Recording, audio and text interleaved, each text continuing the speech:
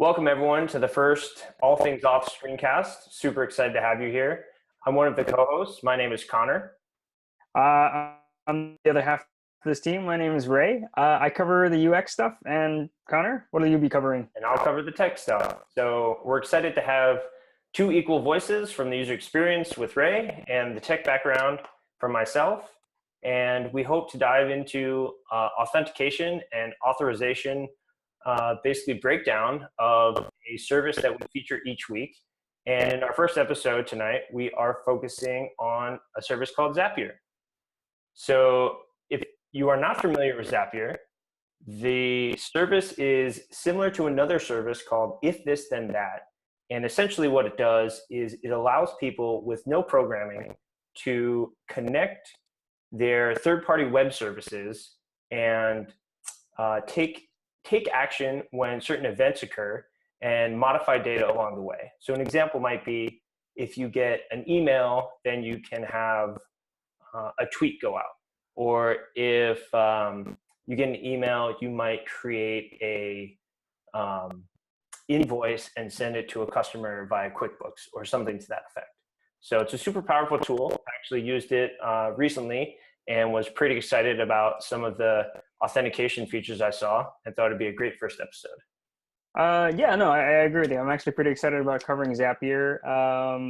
Just looking at things on the surface, the design team slash UX team on Zapier have done a pretty bang up job just in general on a lot of things on Zapier. So I'm excited to cover the security aspect of it and see if we can help them to make some improvements, and also point out the things that they've done really well on the UX side of the security stuff. Definitely. So before we dive into the thick of it, there is such a breadth of authentication and authorization things to cover with Zapier. We won't have nearly enough time to cover everything in the screencast here. We're going to focus on three main areas. The first is related to passwords. Second is related to two-factor authentication. And the third is the authorization capabilities that Zapier has. There's tons of other aspects that are related to authentication and authorization. We're going to come out with a series of blog posts that dig into a lot more details with screenshots, additional information, additional commentary. So keep an eye out for those. Yeah, so I mean, we're logging into Zapier right now, and I just wanted to make a comment that again, echoing that initial comment I made, where the UX and design team at Zapier has done a bang up job. I love a lot of the things that they've done here. The illustrations here in the background are very whimsical. It makes it very friendly, very approachable. And then, just, I guess, signing up for this thing is super easy. All the fields are right here. There's only 4 fields on here to fill out, and then you hit a button and you're ready to go. Definitely. So a couple of thoughts right off the bat in terms of the security focus. So you can see I have a password typed in here as I'm about to sign up, and I'm not seeing any guidance as a user about the criteria for creating a password here. So it's a pretty common paradigm on a lot of other services for indicating how long a password can be and guiding the user to create a secure passphrase. So I think that is the first thing I would highlight as a potential improvement. And in fact, the password I have typed in the box here is the word password, which certainly everyone in the audience is probably aware is not a very secure password. In fact, it's one of the top 5 passwords that's used every year, and that's measured through other data breaches that occur. And in fact, if we bring up very briefly, and we'll link to this in the blog post, but there is a fantastic article by Troy Hunt, a security researcher from Australia, that kind of talks about the benefit of basically making sure that passwords created by users are not available in other data breaches that have occurred. So that could also be, in addition to just making sure users create strong passwords, on the back end, Zapier rejecting passwords that are known to be compromised through other data breaches could be a really nice improvement in the password creation flow here. All right, so let's go ahead and create this account.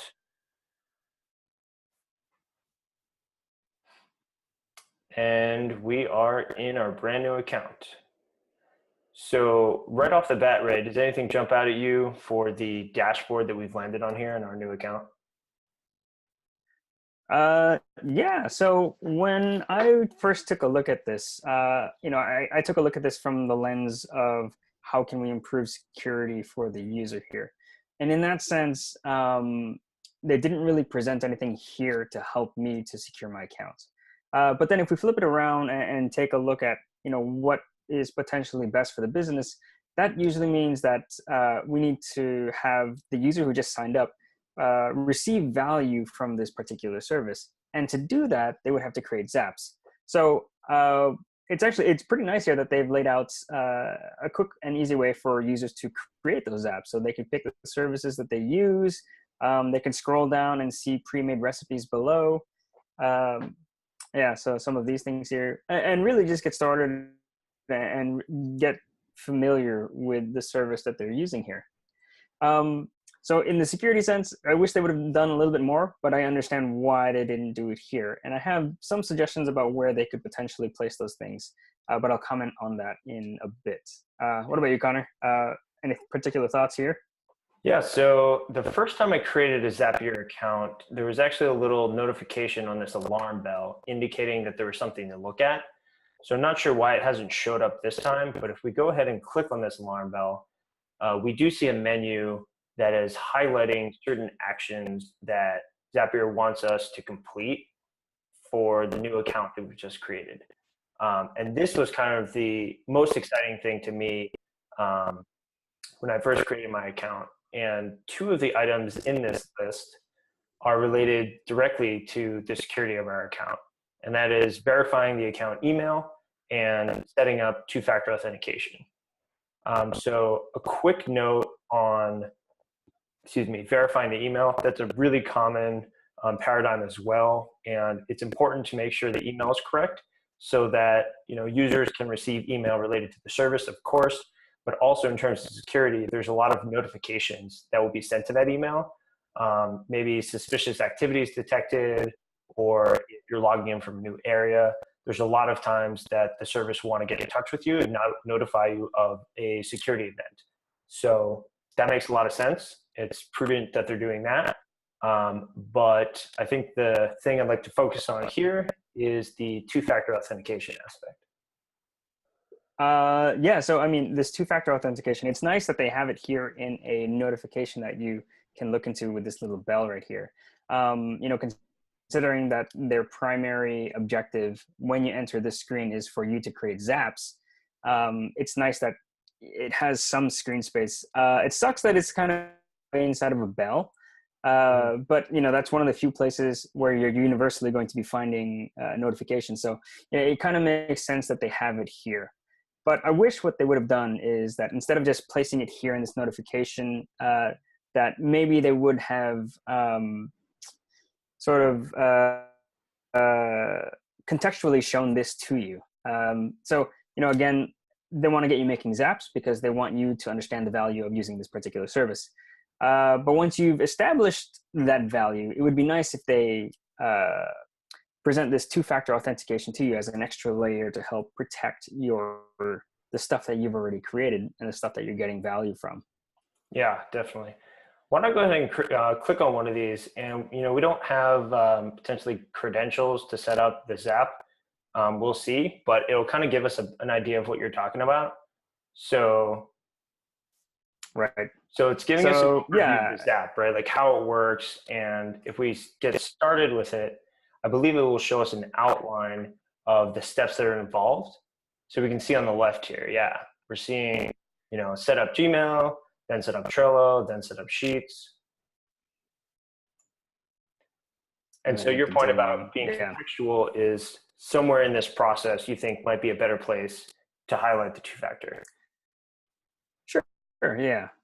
It could potentially be somewhere within this process, but I think what would make maybe a little bit more sense and make this a little bit more contextual to the user is that instead of right after you create this flow that they present that option to you, is that, maybe after 5 zaps, they give you that option, or maybe after a week of using this thing, they give you that option.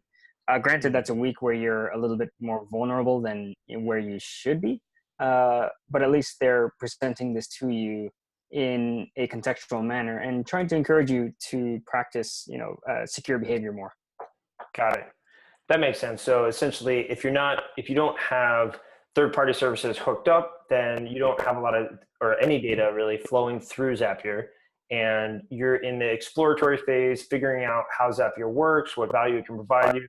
But as soon as you set up that first Zap that integrates with some third parties and you have data flowing through the system, then that could be the opportunity where they say, hey, you now have XYZ service integrated. Make sure that you protect your Zapier account so that no one gets in there and takes an action in these third-party services on your behalf. Right. Yeah, exactly. Makes sense. So I did a quick search here for the word quick.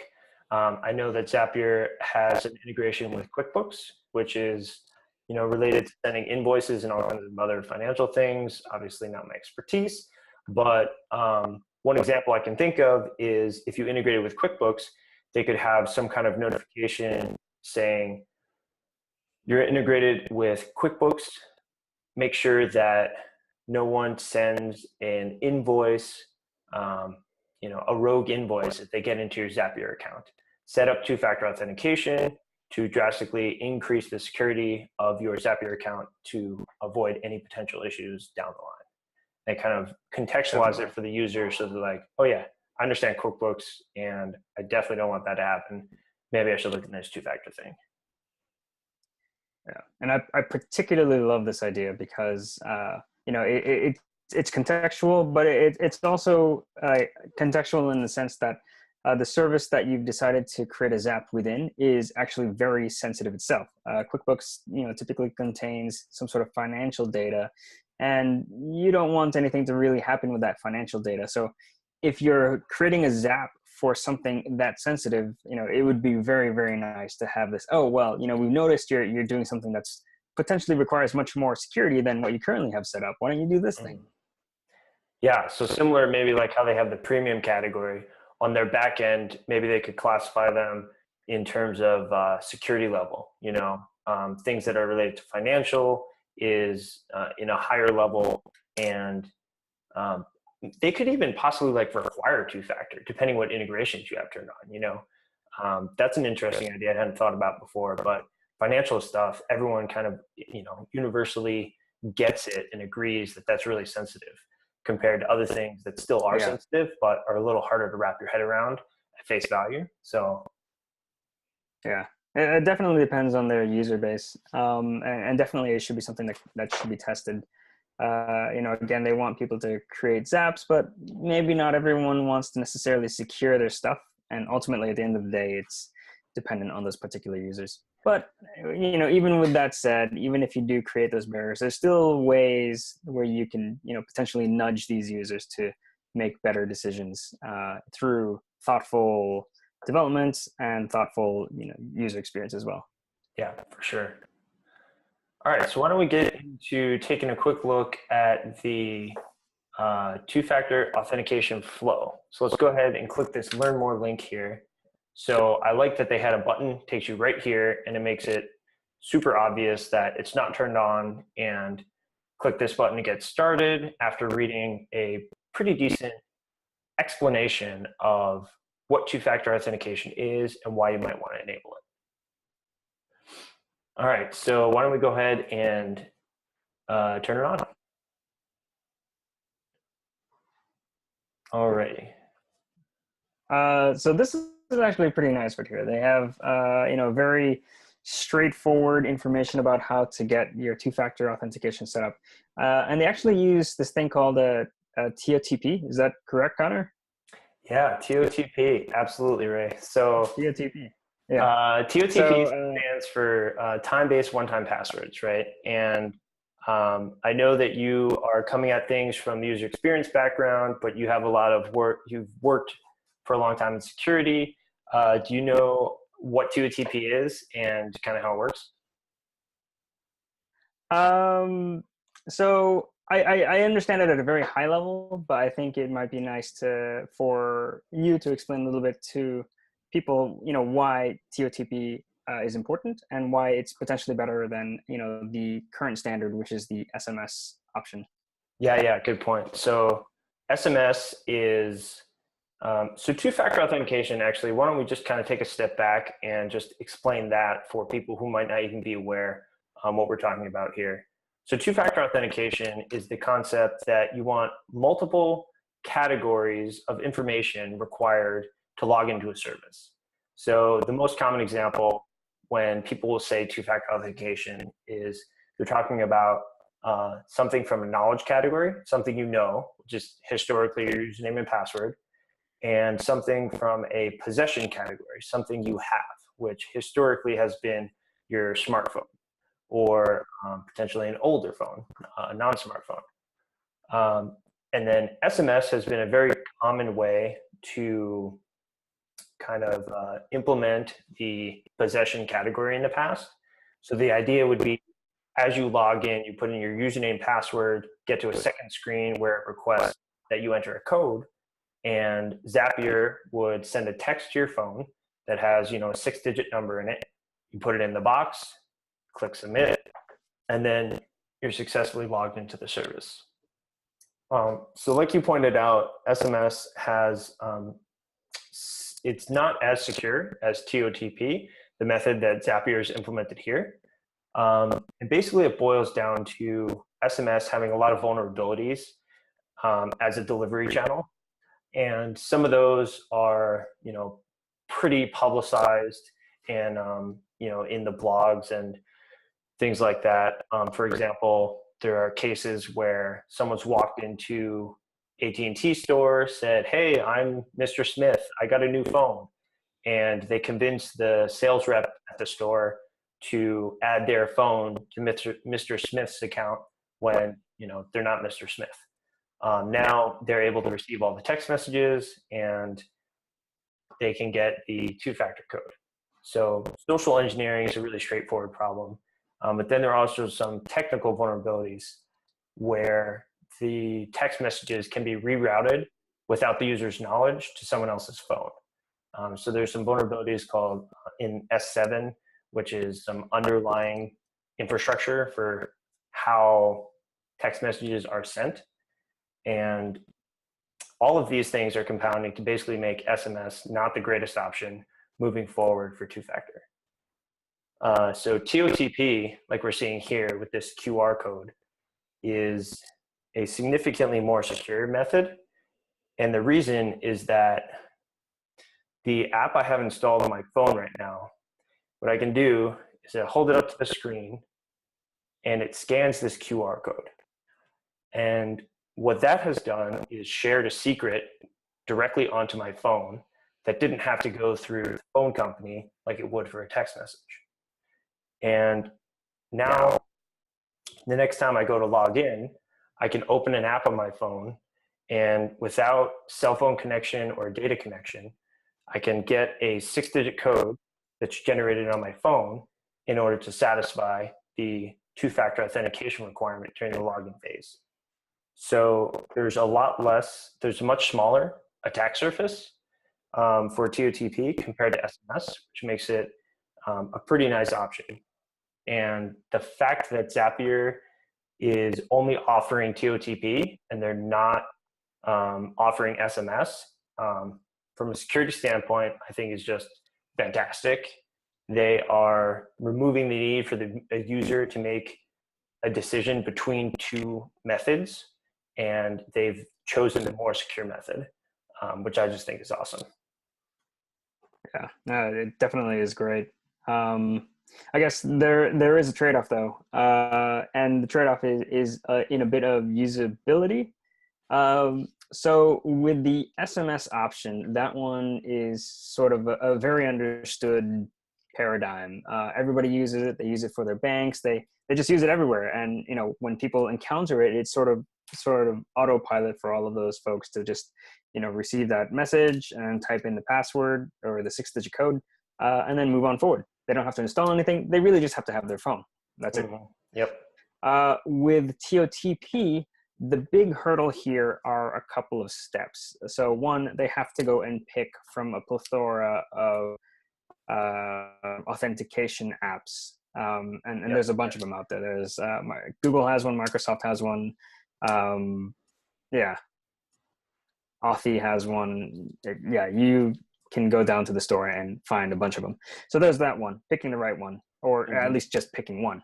And then the other thing is actually getting it set up. For a lot of folks, it's not very obvious that you need to, go and hold up your phone and scan this QR code. Yeah. And then finally, the last part of it is that because they're so used to the SMS thing, they may be waiting for some sort of notification to come in through their phone telling them that, hey, this is the code. Whereas with TOTP, that's not going to happen. They have to actually go to the app that they're using, find the code, and then enter it into that way.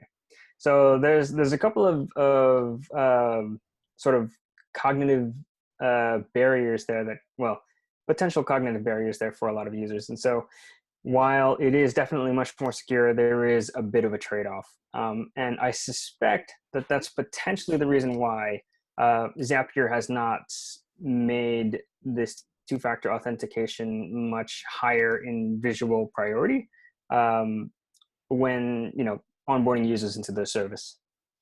Yeah, those trade-offs definitely are good to highlight. It's not the exact same workflow as SMS. I think a lot of those can be addressed on behalf of Zapier by educating the users about how this works. And as we go through the flow here, we'll take a special note of the opportunities they're taking to educate the user and see if they're laying it out in a way that most people will be able to understand. All right, so let me go ahead, put in the code that I'm getting from my smartphone and complete the process here. And now it's showing me recovery codes. So in terms of user experience, this is actually another great one to highlight where with TOTP, if I lose my phone or accidentally uninstall this app that has the secret, then I'm going to be in trouble because I need that code in order to get into my Zapier account. And if I lose my phone, which happens to the best of us, I won't be able to get it. So the solution that most services go with is recovery codes. And what that means, as they're explaining on the page here, is if you're in the circumstance where you need to use a recovery code because you've lost your phone, then you can use one of the 10 codes shown here instead of the 6-digit code that would be generated by the app. So you can still access your Zapier account. You could reset your two-factor authentication on a new phone and everything would work out fine. One of the things I really like about this presentation is the fact that this box right here makes it explicitly clear that they're saying, hey, if you lose your mobile device and your recovery codes, you will permanently lose access to your Zapier account. I mean, the phrasing there, I think, is really important. And, they draw your attention with the color and the background box, but the phrasing and using the word permanently, maybe they should even consider emphasizing the word permanently somehow to draw even more attention to that. They're making it really clear you need to treat these recovery codes you can't just lose them, right? They're important. You need to take it seriously and you need to put them somewhere safe. Yeah, definitely.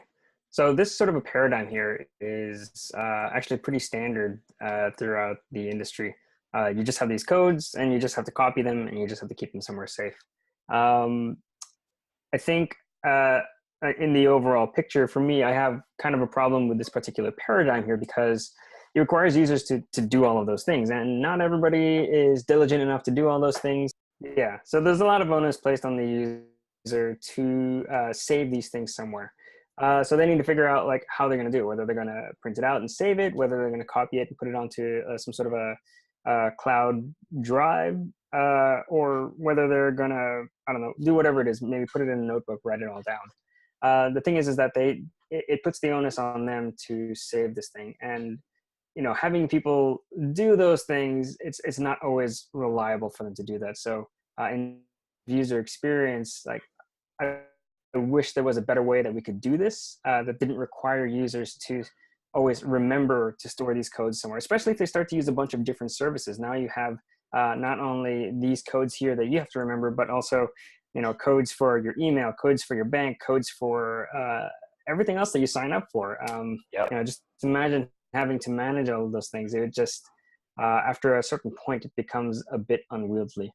But anyways, so that's just, in the overall larger picture of things. If we start to just nitpick on this particular user experience right here, considering that this is the industry standard of how to approach this thing, I guess a couple of things that I would definitely change are, I would maybe hide the header that's along the top. I want the user to consume all of this content. I want them to click on this button that confirms that, yes, I understand that I need these things, and that I've at least, sort of scanned through the content. Having this content, the header stuff along the top, it's a little bit distracting, and it also provides the user with an avenue to sort of escape this area right here without really consuming the rest of this content. That's true. I'm thinking right now, I guess the other what would happen thing if I would make a zap, right? Like, if I click this button, I don't know what would happen.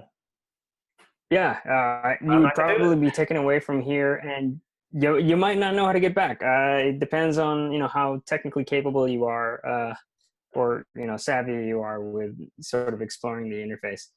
So that's one. And then the other thing is that if you expect the user to keep this somewhere, make it easy for them to actually do those things. And people typically would copy and paste this into something else, so make it easy for them to copy it.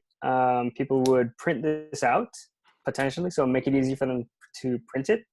And yeah, really just make it easy for them to store this somewhere in whatever method is appropriate for your user base. Yeah. So Ray, I totally agree. And one thing I actually want to do real quick here is bring up a screenshot of a different service called Github. If you're not familiar, it's a service used for storing application code. That's not important, but what I want to highlight here is how they have approached the same exact screen. So what you just said is like, make it really easy to download these and put them somewhere.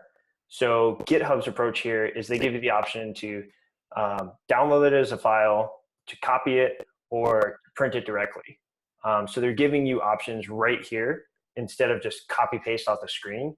If we hop back to Zapier real quick, the only option I'm seeing is to copy and paste these somewhere, which is not the best user experience.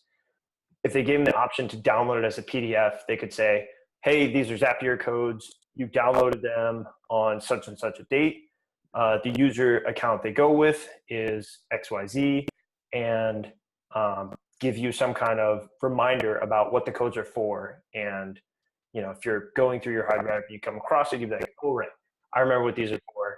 And it's not just 10 random strings copied into a file. Right. All right, so let's go ahead and say I've saved my recovery codes, even though I haven't, and see what happens. We're in the security settings here, and what I was thinking is we could jump into the password option and talk a little bit more about some of the password management that Zapier has. Sound reasonable? All right, let's do it. All right. So in here is a pretty simple screen, pretty simple, put in your current password, create a new one. And one thing, I guess, relating just to the two-factor like we were talking about, I really like on the bottom here, they say, hey, you're on the password option, but if you're looking for two-factor, you can go and find it right here.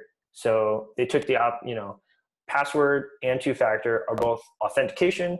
And if someone's doing password stuff, they're taking a little bit of an opportunity to highlight the two-factor part of the security equation.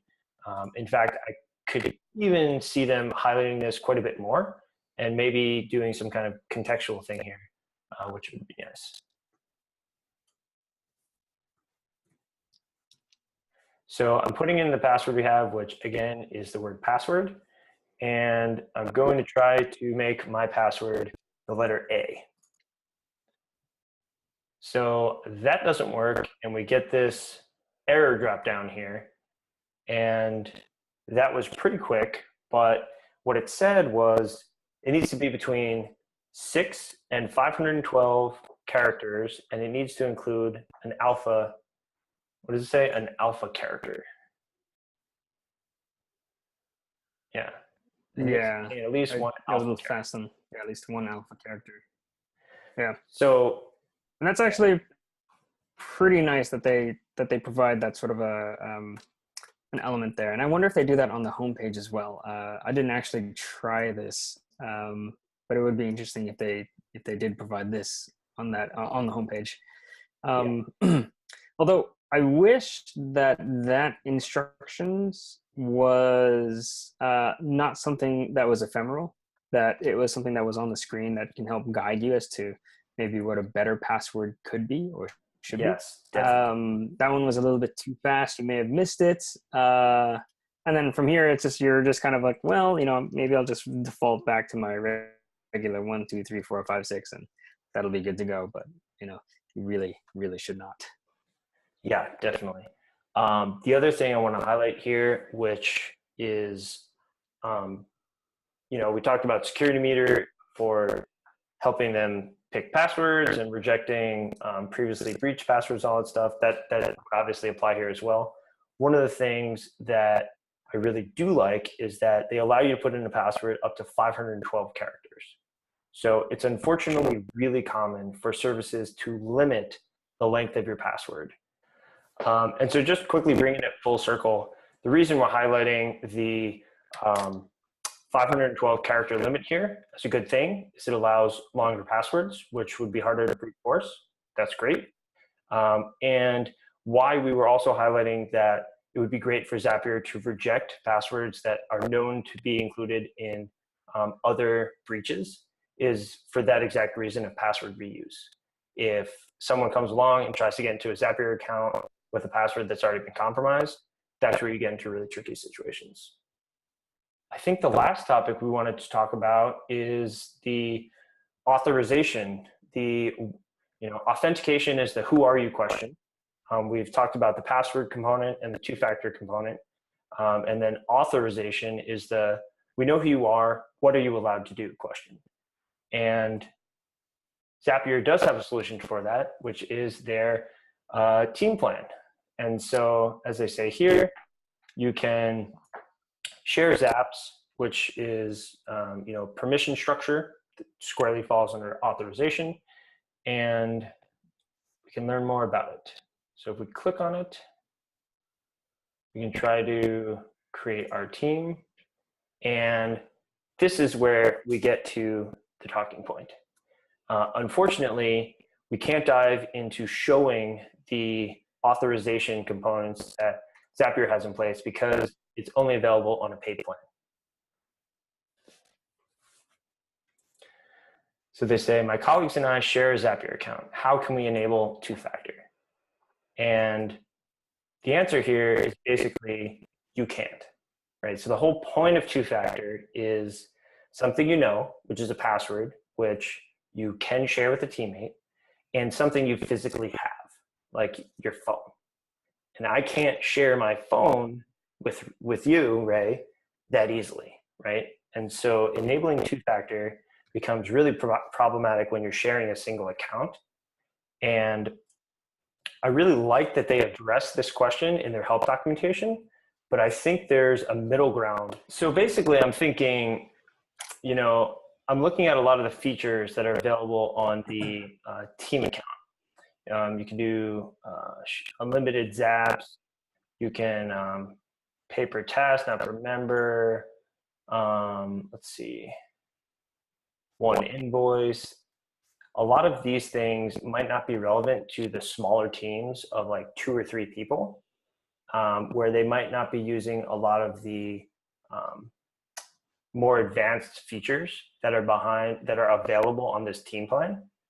And if those 2 or 3 people, maybe they have a couple Zaps set up integrating Gmail and Twitter or something like that, and they each want to be able to go in and make a change as necessary, but they want to make sure that their account is secured with 2-factor authentication so that no one gets in and like sends out rogue tweets or something to that effect. And right now, I think the only option for a small team like that is not able to afford the price tag of the team plan is to share that Zapier account. And that's not great from the security perspective, like we've talked about for 2-factor.